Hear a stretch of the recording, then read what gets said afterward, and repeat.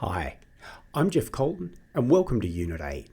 This week we start to consider financial planning and budgeting. Budgeting is a critical part of organisational management. A budget is a forecast of expected results and is an important way of converting organisational goals into operational targets. Budgets fulfil a number of different purposes. They are a way of expressing organisational needs, which requires plannings.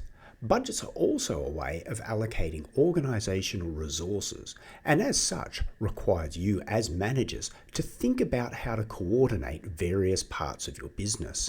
Budgets are also a way of communicating organisational plans and expected results. They also help define responsibilities, evaluate organisational and individual performance, and can provide incentives. While budgets can play multiple roles within organisations, they are also part of the internal politics of planning. Sometimes budgets can be viewed as fixed contracts that could result in game playing and empire building. You will find that budgets are prepared for different time periods.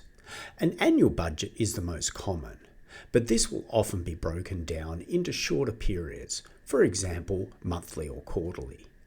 As the business environment has become increasingly dynamic, quick managerial responses to change are required. A rolling budget helps address this and can be prepared, say, monthly or quarterly, and reflect changes, often through the next 12 to 18 months.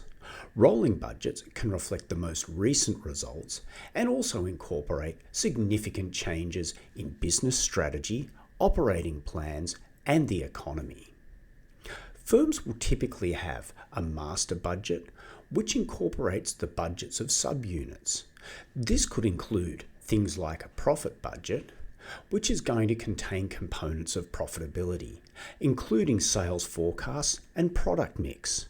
It could also include a production budget, which contains budgeted levels of production by department or product required to achieve the forecast sales, and a capital expenditure budget, which focuses on the non-current assets that a firm's going to require to support the level of sales or production. Remember that organisations are continually confronted with resource allocation decisions, so a deep understanding of the implications of the planning and budgeting process is required, especially when there are multiple possible courses of action. A key issue in budgeting is determining what provides the basis for budgeted performance. Let's think about the sales budget.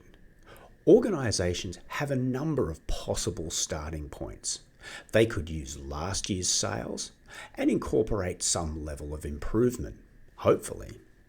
They will also have to incorporate both industry factors and general economic conditions, which at the moment would include the impact of COVID. In preparing a budget, you would think about the way in which sales for your product or service are likely to be related to general macroeconomic indicators or industry factors, as well as by what strategic decisions your firm is making. This is going to vary across industry and over time. More recently, organisations have adopted a planning process known as Xerobased Budgeting. Here, managers are required to justify budgetary expenditure as if no information about budgets or costs from prior budget cycles was available. The goals of this type of budgeting is to encourage managers to cut costs and focus on desired outcomes. It has become particularly common in the not-for-profit sector.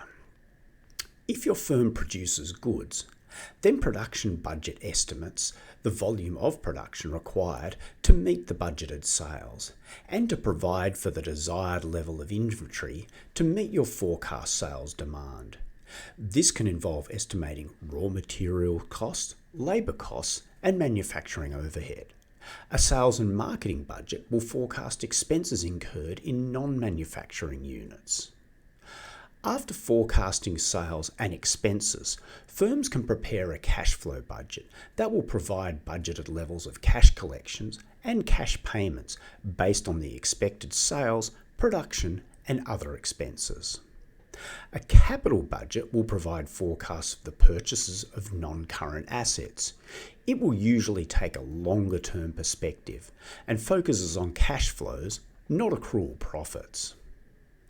The budgeting process is similar for service-focused organisations.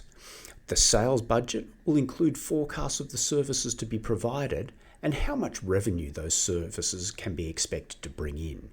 There is generally less need for a production budget, as service entities do not always carry inventory. An expense budget can be prepared for each department in the organisation to forecast the estimated costs of providing the budgeted level of services. This then provides a profit plan. Budgeting in organisations is not always as straightforward as it might seem. It can be a time-consuming and problematic process involving issues of power struggles, blame shifting, and game playing. Remember, managers are often competing for organisational resources, and the budget will play a part in how this allocation takes place. For example, how flexible should a budget be? There are trade-offs to be made when thinking about this type of thing. This also impacts on the use of budgets as performance benchmarks. Differences between budgeted and actual results are called budget variances. If actual results are larger than the budget, or actual costs are lower than the budget, then the variance is categorised as favourable. An unfavourable variance occurs when actual costs are greater than budgeted, or revenues are less than those budgeted. Have a think about the budgeting process in your organisation. How long does it take to complete the budget? How far into the future does it go? Are budgetary processes appropriately resourced, and are you evaluated based on budget information? All of these will determine the effectiveness of the budget process.